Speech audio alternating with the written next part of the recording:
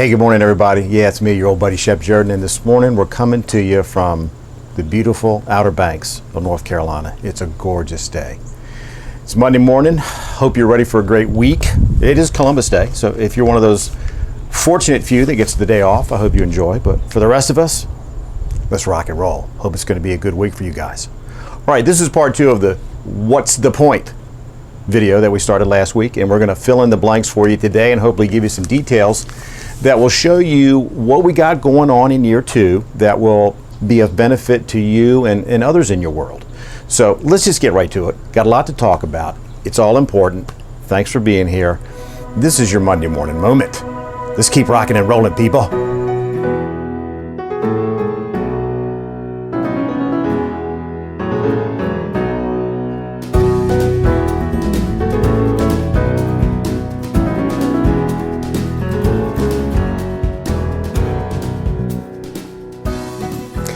Well, you know, this whole thing I started back in 2016, actually January 2016 to be exact, when I just started blogging. And there really wasn't an end plan or a goal necessarily, other than I really just wanted to share.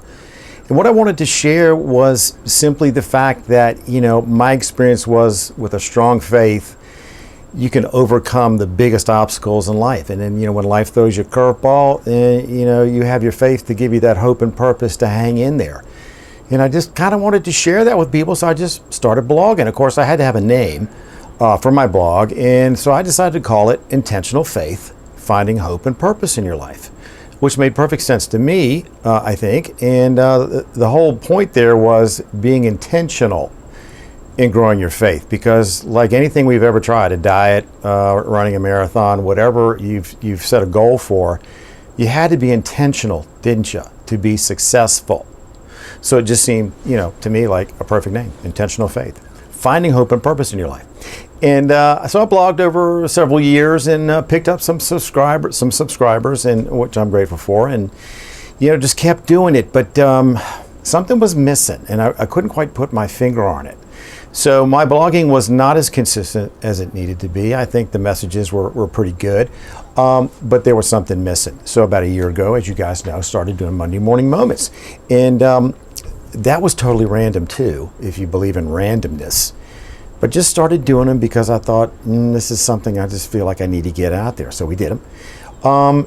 And the popularity kind of grew. I was really surprised and humbled. So we got to the end of year 1 with Monday Morning Moment, and I just reevaluated, and I realized what had been missing all along. 2 things. 1, a sense of community, and 2, who's my target audience? So here's what I've come up with. All this time, because I was a teacher, I am a teacher, we talked about this last week, you know, I'm really trying to reach the younger folks, you know, the 18 to 30-year-olds, or even up to mid-40s, because that's the time in life where you make some of the biggest, most impactful decisions of your entire life, isn't it? And I've been there, done that, and sometimes not well. So I want to reach that crowd. But I also have experienced in my life that the only way to grow a strong faith is to be part of a community, because that's, you know, the strength in numbers. That's where that comes from. So those are the changes we're going to be making going into year 2 of our Monday Morning Moments. And I just want to let you know a couple of things to expect. So probably the most exciting thing for you to expect is the introduction, probably in January, of a podcast that we're putting together. And I'm going to be calling it the Embrace the Suck podcast. And generally speaking, it's going to be podcasts with people from the community who have faced trouble in life and have used a strong faith to overcome it. And you know, we need those stories. That's part of being a community, is understanding that we're all in this together and we're not alone. And other people have troubles too. And hopefully by sharing their stories of victory, you'll be uplifted. But that's going to be coming. What that's going to do to your Monday Morning Moment, though, is I'm going to start condensing Monday Morning Moments into little smaller chunks every Monday morning with a strong message of hope and encouragement that will help you get through your week.